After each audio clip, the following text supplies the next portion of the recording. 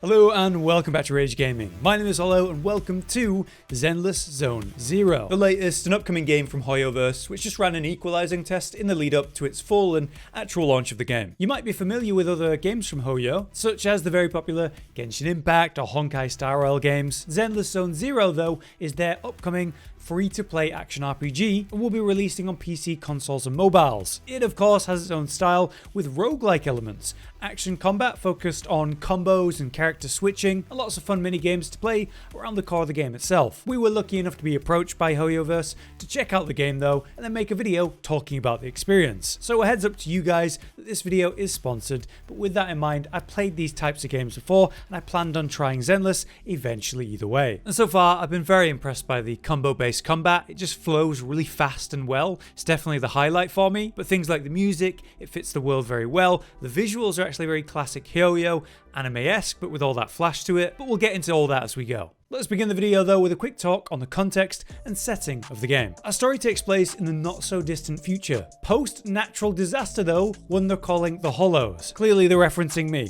After that event, a new city emerged called the New Eridu, which is a kind of oasis in that changed world. Using technology, we're able to coexist with the Hollows. The only problem with that zone is how it corrupts you over time, turning you into a monster if you stay there too long, and that's what you end up fighting in there. So while you're in the city and planning missions, you play as the proxy, but while you're in the zone, you're fighting in combat, you play as different agents. The storytelling uses a mix of CG and comic book style scenes to give it its own flair, so you got your classic cinematics alongside multi-character dialogue scenes and also comic book style sections for a nice visual variety. The game plays out in different missions. It all runs from the secret back shop of your shop though, where we can choose to take on these different missions. The side missions are surprisingly important, often unlocking new features in the city, like helping the noodle shop start serving again, but within the main missions, you act as a proxy to guide the raiders through the right path in the Hollow Zone. This works like a board, displayed as TV screens, but on a sort of grid system. You find the best routes through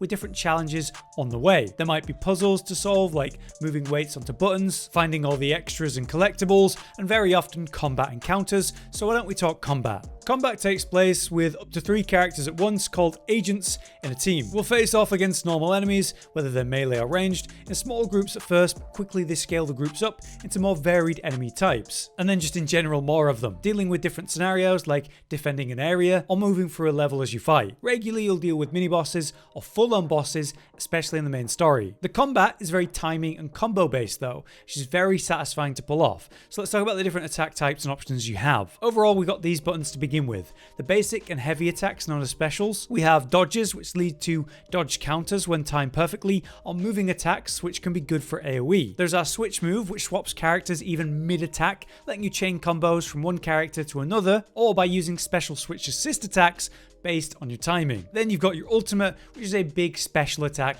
with a cool animation. All of these basics are enhanced by extra mechanics around them, working best in combo with one another. As you attack with an agent, you build up your meter to unleash these special attacks, but also when you dodge counter or exist as that agent in general. These work as a good way to build up days, which also ties into switch assists. Those can be used after your current agent is knocked back. You get a little UI pop to kind of swap the character, get straight back into the fight, but perfect assists are always better. You switch agent right as you're about to be hit, almost like you're parrying the attack by changing character. And you activate this switch right as you're about to be hit by a flashing gold attack. These can be followed up with basic or special attacks and are very satisfying. Dodging can also be used to attack though. A basic attack during a dodge causes a dash attack, but dodging right as you're about to be hit will also trigger a perfect dodge. If you attack quickly after a perfect dodge, you do a dodge counter, like slamming them with a sudden heavy attack. The ultimates are the strongest single move for each character though, and can be triggered once you get a shared sort of resource to its maximum. The ultimate lights up and you can unleash it whenever ready. We build up the resource decibel by landing any hit using chain attacks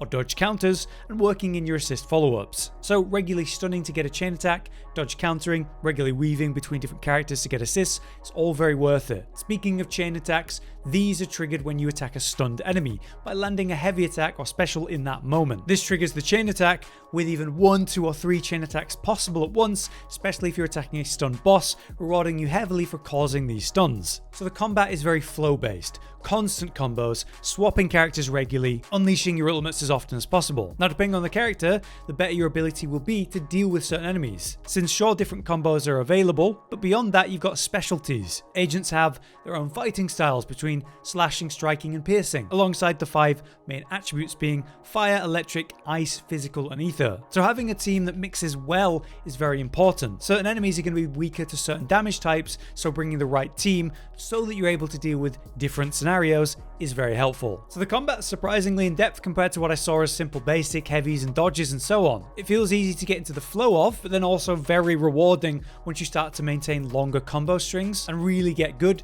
at evading or switch countering right as you're about to get hit. Now, another interesting thing about this game is the roguelike aspect to it, best shown in one of the game modes, the Hollow Zero Zone. In this mode, you pick a leader from your 3 agents and then 2 backup agents to go in with. The leader sort of starts on their own, and as you find these random calls through the grid as you progress, you'll eventually bring in the other agents. Now, compared to the main missions, you have different paths to take, which extend and change as you go, much less point A to B, but more randomized, forcing you to work out the best route from what's available. Do you need to find heals? Do you need to call in more agents? Are you collecting money for the shop right now? Are you aiming for more powers? All while dealing with harder and harder combat as you go. The main roguelike part of this though is the powers that you gather and also the negatives. You'll be regularly given the choice of 3 powers, passives that can be really impactful on the gameplay. They're graded for you so you have a base idea of how strong that power is. All of them can be very useful. There's extra damage after dodge counters, new ways to stack insight, crit improvers, and it's all this stuff that's randomly offered from a big pool of different powers. And at certain points you fuse powers together to unlock new, really potent ones, like this one that offers an extra chain attack whenever you stun an enemy. On the other hand, each time you move a position in the grid, you gain pressure. Pressure builds to a max of 100, at which point you get yourself a lovely corruption. These are the negatives that make things harder, though some of them do occasionally have a positive with them, with that negative. It's a balance then of weighing up your negative corruptions against the powers you've gathered so far, building a strong concept from the RNG powers you're offered, hopefully fusing them into even stronger combos. A risk versus reward system that pushes you the more powers you get, but holds you back with the negatives as you collect them up too. So through the battles you're going through, it's sort of a war of attrition, where you come across also mini bosses and eventually the final boss to finish the whole thing. The big bosses are awesome, multiple counters needed in a row, way higher pace of the fight, and even multiple phases to them at times too. So you'll need to be strong enough to beat these at the end. The powers are going to really help with that, but with enough skill you can still overcome it even with a bad set. When you enter the Hollow Zero Zone though, you start fresh, so yeah, roguelike. Another mode you might want to consider compared to that though is the Rally Commission mode. Instead of being focused on the TV board movement stuff and RNG of that, it's way more about the raw combat of the game. Long battles where you fight tons of enemies back to back to back, and again dealing with mini bosses and another full-on boss at the end. On my first go of this mode, I very nearly lost to the boss, so it's pretty challenging. There's scaling difficulties to these though, where you just start at basic rallies, but then there's intermediate, advanced and expert, so you will need to be prepared with your team, the levels and equipment you're bringing. Within these missions you might get yourself more perks or negatives too, or even both, and you can also get bonus rewards if you find, say, special fissures, going into them to deal with hidden paths and challenges, or boss challenges. But if you overcome that, you get yourself some bonus rewards for that commission. In the future, even harder modes exist, like triathlon rally commissions, which sound insane. You have to fight super hard enemies back to back, like a boss rush. So the rally commission mode is basically appealing to those that love the combat most of all. I want to get straight into that beyond anything else. It gives you a marathon of fights to overcome and a variety of difficulties within that. Next though, I want to mention the hub of the game, the city itself. The new Eridu area starts as a sort of smaller hub, but grows as you progress the game. At first, we just have our shop and a bunch of closed stores nearby, but as you progress the story and side missions, you can actually start to help these people reopen, getting access to more features. For example, there's a dog that lets you check out the current news, but also do a daily scratch card game, or there's a noodle shop, which lets you buff up before the next missions, like getting extra health or damage for the next few fights. The coffee shop will help you restore some of the battery charge to keep going, and there's even like a little arcade for a variety of mini games. If you want to follow the main story, you just need to follow sort of the red icons, but you're going to see a lot of different conversations with different NPCs and side things to do and interact with, where they obviously just have fun with some silly side dialogue stuff. Through the main story though, more and more unlocks and more life is added as you go.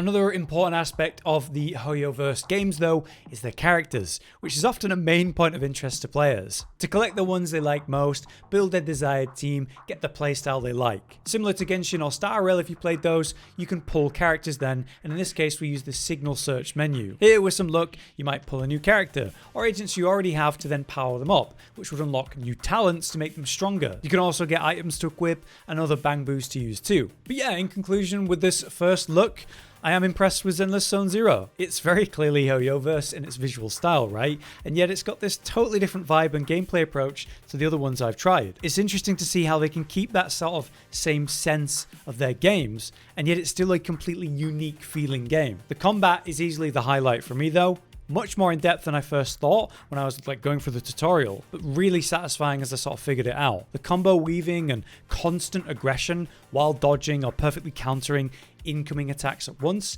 it feels like you never have to play defensively or slow down. And because there's some really nice hit weight to the attacks, it feels good to land a counter or land a stun and punish things over and over. I would be interested in trying the other characters though. I've only played 4 of them so far myself. And I also have to admit, I kind of sat at that snake minigame at the arcade for a little bit longer than, well, I definitely didn't need to be there that long. It's always neat when there's a game within a game, especially when that game within a game is quite fun. As I did mention at the start, the official launch version of the game is going to be multi-platform. It'll be on PC, consoles, and mobile. I played this on PC, and that's all going to be cross-platform, which is awesome. The current beta that I was playing was only PC and mobile right now, but the game is coming to consoles. If you do like the look of the game though, you can pre-register for the game right now via their official website. Just check the link in the description of our video and head on over. For now though, I've been Hollow, you've been you. Thank you for watching. We'll see you next time.